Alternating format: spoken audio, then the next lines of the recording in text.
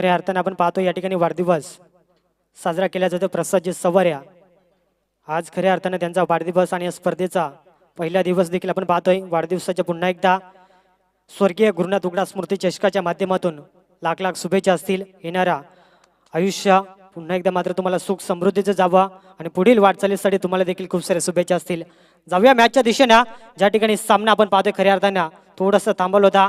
मी पुन्हा एकदा दोन्ही संघाचा दोन्ही टीमचा दिलगिरी व्यक्त करेन, कारण या ठिकाणी वाढदिवस साजरा आपण पाहिला आणि त्यानंतर आपण पाहतोय मॅचच्या दिशेने जातोय.